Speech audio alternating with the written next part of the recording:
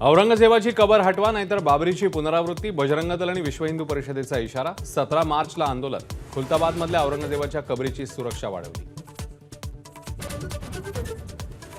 औरंगजेबाच्या कबरीवरून सत्ताधारी आणि विरोधकांमध्ये मतमतांतर, कबर काढून फेकण्याची सत्ताधाऱ्यांची मागणी, तर औरंगजेबाला कुठे काढलं हे लोकांना कळायला हवं, विरोधकांचं सूर।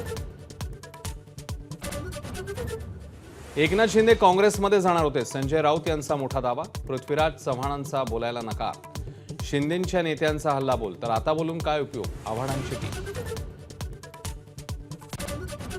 दोन्ही उपमुख्यमंत्र्यांनी दिलेल्या ऑफरवरून नाना पटोलेंचं युटर्न, गमतीने विधान केल्याचं पटोलेंचं स्पष्टीकरण, तर ऑफर ऐकून वाचाच गेली, संजय राऊत यांची प्रतिक्रिया।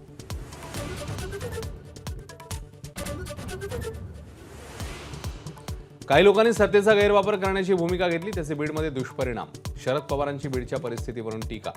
बीडमधल्या सगळ्या गंभीर लोकांना मोठं करण्यात पवारांचाच हात, अंजली दमन यांचा हल्लाबोल। खोक्याचं घर पाडायला सरकारने घाई केली, आमदार सुरेश धस यांनी व्यक्त केली खंत। घर पाडलेल्या जागेला उद्या भेट देऊन कलेक्टर आणि वन विभागाला जाब विचारला। कोर्टाने नोंदवलेलं निरीक्षण योग्यच, कुणाला कोणत्या कोर्टात जायचे ते जाऊ द्या, माणिकराव कोकाटेंचं आव्हान, तर कोकाटेंच्या निकालाविरोधात हायकोर्टामध्ये याचिका दाखल। झटका मटणासाठी नितेश राणेंच्या मल्हार सर्टिफिकेटच्या प्रस्तावाला नाशिकच्या खाटीक समाजाचा विरोध, हलाल पद्धतीनेच मटण विक्री करण्याचा ठाम निर्णय। बीडमध्ये पगार न मिळाल्यानं शिक्षकाची आत्महत्या, 8 वर्ष काम करून पगाराची विचारणा केली असता फाशी घे असं उत्तर, शिक्षकाने चिठ्ठीत माहिती दिल्याचा आपचे विजय कुंभार यांचा दावा।